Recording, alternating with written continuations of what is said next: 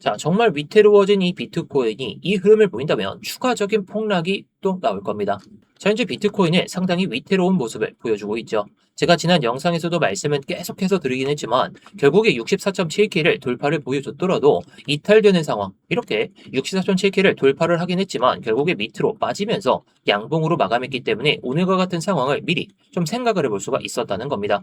자, 물론 제가 예상하는 것보다 더 약한 상황이긴 하지만 결국에 지금 흐름은 이 나스닥의 흐름에 따라서 왔다 갔다 하고 있습니다. 제가 지난 단기적인 영상에서도 말씀을 드렸듯이 이 29,600포인트를 이탈하고 나서 이 회복을 못 보여주면 계속해서 힘이 약해지면서 결국에 추가적인 이 1.3%대의 이 조정폭이 또 나올 수도 있다라고 말씀을 드렸죠. 자, 그래서 지금 비트코인도 추가적으로 같이 약해질 가능성이 높다라는 거. 자, 그래서 이번에 64.7K를 계속해서 회복을 못 보여주고 돌파를 못 보여준다면 네, 안녕하세요. 10년차 코인 트레이더 임용입니다. 일단 본격적으로 시작하기 전에 좋아요 한 번씩만 눌러주시면서 시작해 보도록 하겠고요. 이따가 다 보시고 나서 도움이 안 되셨다면 그때 취소하셔도 좋으니까 한 번씩 눌러주시면서 시작해 보도록 하겠습니다. 자, 일단 지난 영상에 대해서 관점을 한번 복기를 해보도록 하겠습니다. 제가 지난 영상에서 이렇게 64.7K를 돌파를 보여준 다음에 이렇게 내려오는 모습을 보여주면서 이렇게 갔을 때에는 한 차례 기술적 반등, 되돌림 반등을 한번 먹어볼 수 있다라고 말씀을 드렸죠. 자, 물론 이때 이 선을 돌파를 보여주더라도 64.7K에 대한 이 밑에 있는 선까지 내려올 수 있다라고 말씀을 드렸습니다. 자, 그래서 보시면 아시겠지만 지금 비트코인 15분봉 흐름으로 봤을 때에는 딱 흐름이 많이 깨졌죠. 자, 제가 지난 영상에서도 말씀을 드렸던 게 64.7K를 돌파를 보여주고 특정 흐름을 보여줄 때 들어가 보자. 이런 식으로 제가 말씀을 드렸었는데, 자, 해당 타점은 제가 6월 22일 날 이렇게 제가 말씀을 드렸죠. 자, 롱으로 한번 발라 먹었다가 이렇게 흐름이 꺾일 것 같다 보니까 오늘 오후 1시쯤에 이렇게 말씀을 드리면서 한번 수익을 챙겨보자 말씀을 드렸죠. 제가 말씀을 드렸던 구간은 해당 구간이었는데 한 구독자분께서 이렇게 수익 내셨다고 저에게 보내주시더라고요. 자, 오늘도 이런 타점을 말씀을 드릴 거니까요. 영상 끝까지 잘 집중해서 시청해 주시기 바라겠습니다. 자, 일단 비트코인의 얘기를 하다가 우리나라 국내 시장에 대해서 얘기를 하는 게 조금 이상하실 수는 있는데 제가 그 이유를 오늘 영상에서 말씀을 드릴 거예요. 자, 일단 오늘 코스피가 우리나라 주식시장이 10% 폭락을 했습니다. 삼성전자와 SK하이닉스가 12% 넘게 급락을 한 이유가, 그리고 이 상황이 왜 비트코인에도 추가적인 부담이 될 수가 있는지 한번 이야기를 해드리죠. 사실 오늘 시장이 무너진 가장 큰 이유가 한국 증시 문제만의 문제가 아닙니다. 최근 미국 시장에서는 금리 인상에 대한 그 우려가 살아나게 되면서 최근에도 급락을 보여줬었죠. 비트코인도. 뱅크 오브 아메리카에서는 연준이 올해 9월, 10월, 12월에 각각 0.25% 추가 금리 인상을 단행할 수 있다는 전망을 내놨어요. 시장은 지금까지 연준의 금리 인하를 기대했었는데 갑자기 추가 인상 가능성이 제기되면서 투자 심리가 급격히 위축된 겁니다. 문제는 이런 상황에서 가장 먼저 타격을 받는 자산이 성장주와 기술주죠. 실제로 지금도 나스닥이 밀리는 이유 중에 하나가 다른 이유도 계속해서 있긴 하지만 반도체 차익 실현 물량도 같이 엮여져 있기는 합니다. 자, 아무튼 나스닥도 계속해서 약세를 보여주고 있고 국내에서는 삼성전자와 SK하이닉스 같은 반도체 대형주를 중심으로 차익 실현 매물이 한꺼번에 쏟아져 나왔습니다. 그동안 AI 열풍으로 너무 빠르게 올라왔던 종목들에서 수익 실현이 발생한 거죠. 그런데 여기서 끝이 아닙니다. 자, 오늘 추가적으로 시장이 주목할 만한 그런 뉴스가 하나 더 있죠. 트럼프 대통령이 양자 컴퓨팅 산업 육성을 위해서 행정명령에 서명했다라고 하죠. 내용을 보면 상당히 공격적입니다. 2028년까지 연방기관에서 실제 연구용 양자 컴퓨팅을 좀 배치하고 5년 안에 GPS를 대체할 수 있는 양자 센서를 군사 분야에 활용하도록 지시했습니다. 또 2031년까지 양자 컴퓨터가 기존 암호 체계를 무력화할 가능성에 대비해서 정부와 민간 인프라 이 전반에 보안 체계를 전환하라고 명령을 했습니다. 쉽게 말하면 미국 정부가 AI에 이어서 이제는 양자 컴퓨팅을 차세대 국가 전략 산업으로 밀어주겠다고 선언한 거죠. 여기서 비트코인 투자자들이 주목해야 될 부분이 있습니다. 최근 몇 달 동안 시장의 유동성은 AI 섹터로 대거 이동하게 되다 보니까 ETF 유출도 됐고, 그렇다 보니까 마이클 셰일러도 역시 최근 인터뷰에서 AI 관련 초대형 IPO와 AI 인프라 투자로 천억 달러 규모의 자금이 빨려 들어가고 있다고 언급했죠. 그리고 지금은 AI 다음으로 양자 컴퓨팅이라는 새로운 투자 테마가 등장한 겁니다. 자, 물론 양자 컴퓨팅이 일단은 비트코인의 암호 체계를 망가뜨린다 그런 내용도 있다 보니까 이게 아무래도 발전하게 되면 비트코인에는 안 좋은 상황이 맞긴 하겠죠. 자, 물론 이것 때문에 빠졌냐라고 했을 때 그건 아니고 나스닥의 흐름이 좋지 않아서 빠지고 있는 겁니다. 자, 아무튼 시장은 항상 새로운 성장 스토리를 찾아서 이동하죠. AI로 이동했던 자금이 이제는 양자 컴퓨팅 관련 기업들로 일부 이동할 가능성이 높습니다.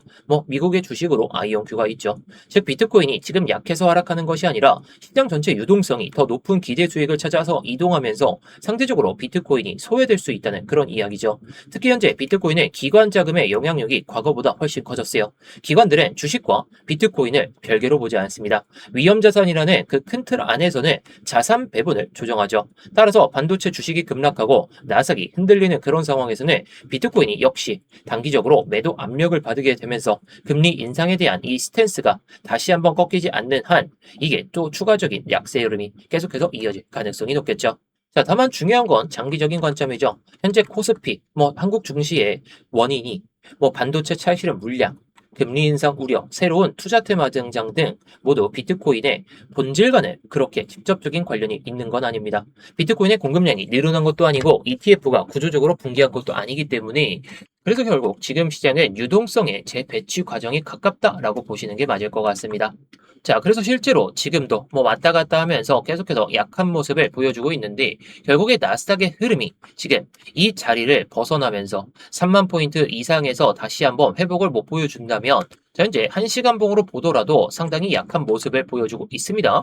이때 스페이스X가 상장하기 전에 이렇게 급등을 보여줬었는데 그 뒤로 이 가격대를 한번 넘지 못하던 이런 저항선을 다시 한번 지지 라인으로 형성했어야 되는데 못했으니까 어떻게 될까요? 추가적인 약세 흐름이 나와진다면 지금으로부터 1.3% 정도, 지금으로 봤을 때에는 한 1% 정도, 1% 정도만 더 빠지면 바닥이 형성될 가능성은 높습니다. 근데 그게 단기적인 바닥이 형성될 가능성이 높다라는 것이고 저는 결국에 현물을 이 구간을 계속해서 기다리시라고 말씀을 드리고 있죠. 여러분들이 시간을 투자하실 거면 그냥 이 자리에서부터 적어도 한 44K까지 분할 매수를 하신다면 정말 역사적인 저점은 아닐지라도 천천히 올라가는 파동에 맞춰서 수익은 챙기실 거예요. 근데 이게 언제 오를지 모르고 여러분들이 원하시는 건 내가 샀을 때 최저점은 아니더라도 조금 빠지더라도 곧바로 올라가는 그런 타점을 기다리고 계시잖아요. 그 타점은 제가 오늘 영상에서 말씀을 드릴게요. 근데 현물 타점은 좀 기다려야 되다 보니까 내려가는 파동이 됐든 여기서 반등 파동이 됐든 일단 단기적으로는 우리가 수익을 챙길 필요가 있다 보니까 제가 이런 것들을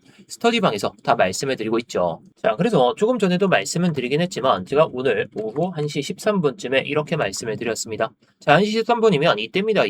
이때쯤에 딱 제가 예상하던 자, 64.7K를 돌파하기 전에 한번 롱으로 발라 먹었었고 그 다음에 내려오면서 이 추세선을 기점으로 해가지고 우리 구독자분들께 이렇게 말씀을 드리는 겁니다. 자, 어제 넘어섰던 하락 추세선 되돌파 나왔지만 제 이탈 시나리오로 본다. 이렇게 말씀을 드리면서 제가 쇼트 한번 잡아보자 말씀을 드렸죠. 물론 제가 예상하는 것보다 더 크게 빠져가지고 좀 아쉽긴 하지만 결국 수익이라는 결과치로 우리 구독자분께서 수익 내셨다고 보내주신 겁니다.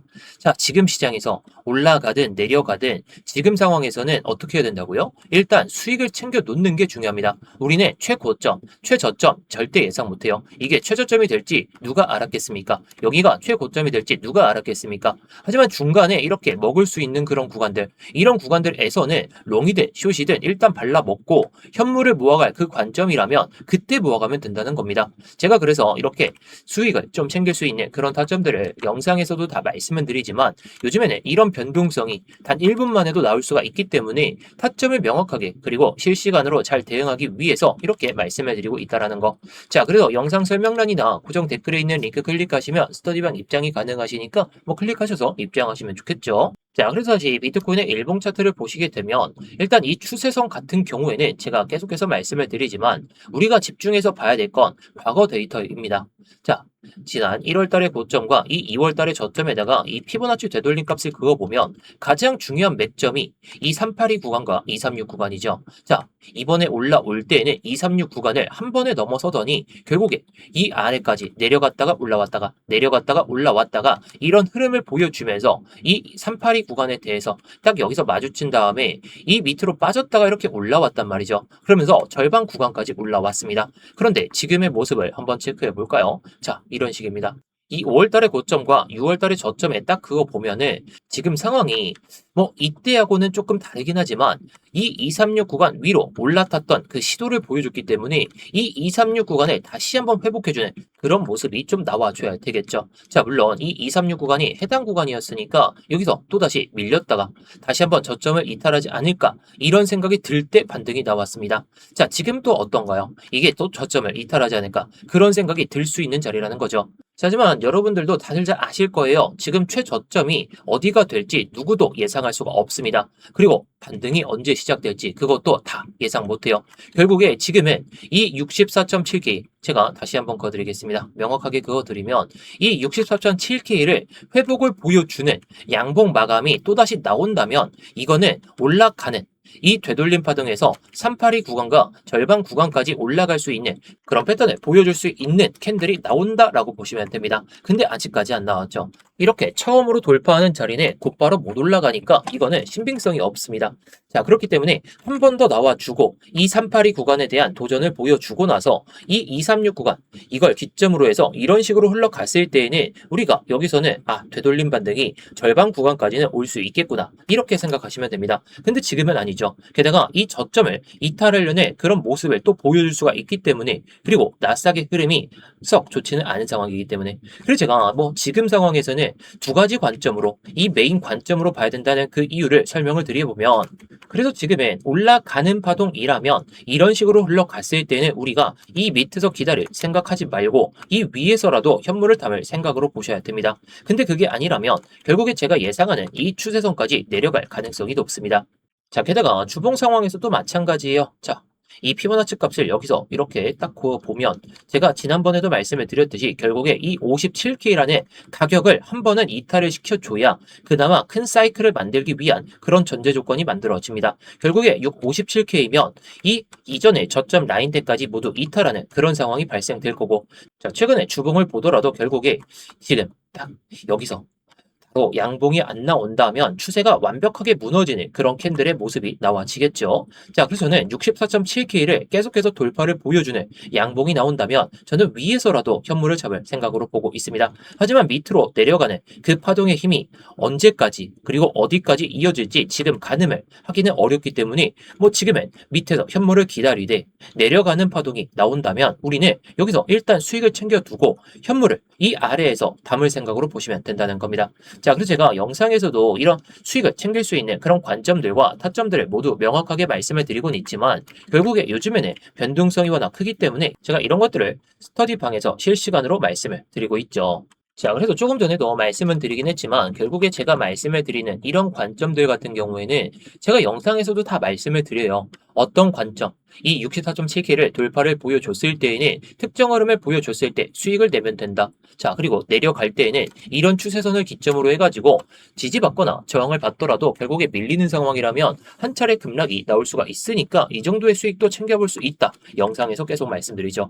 하지만 여러분들이 항상 실수를 하시는 게 여기서 돌파를 했으니까 뭐 그러면 여기서 밀리겠네 하다가 올라가는 파동에 맞춰서 손실이 가득하시다는 거죠. 저는 확인이 되고 나서 여러분들께 말씀을 드립니다. 특정 거래량이나 이슈들이나 그런 것들을 보면서 여러분들께 말씀을 드리고 있기 때문에 제가 괜히 뭐 수익이 잘 난다 이걸 자랑할 게 아니라 관점이 괜찮다라고 말씀을 드리고 싶은 거죠. 자, 그래서 지금 시장에서도 손실이 아니라 최대한 수익으로 내가 좀 마무리를 해보고 싶다. 뭐 내가 맨날 100달러, 200달러 이 정도 수익으로 만족하지 못한다. 그러신 분들께서는 영상 설명란이나 고정 댓글에 있는 링크 클릭하셔서 입장하시면 되겠는데요. 자, 이 링크를 클릭하시게 되면 이 폼이 먼저 보이실 겁니다. 핸드폰으로 보내주신 분들은 바로 문자 보내는 화면으로 넘어가실 텐데요. 거기서 전송 버튼만 눌러주시면 되는 거고요.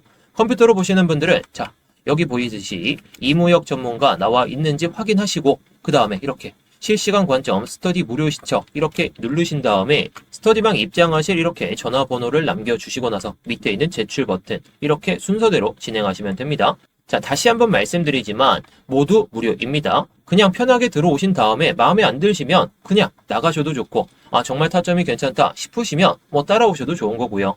자, 구경하면서 뭐 시황 브리핑이나 뭐 타점 브리핑, 뭐 차트 교육이나 이런 것들도 다 보셔도 좋은 거니까 뭐 여러분들이 편하신 대로 원하시는 대로만 잘 얻어가시면 좋을 것 같습니다.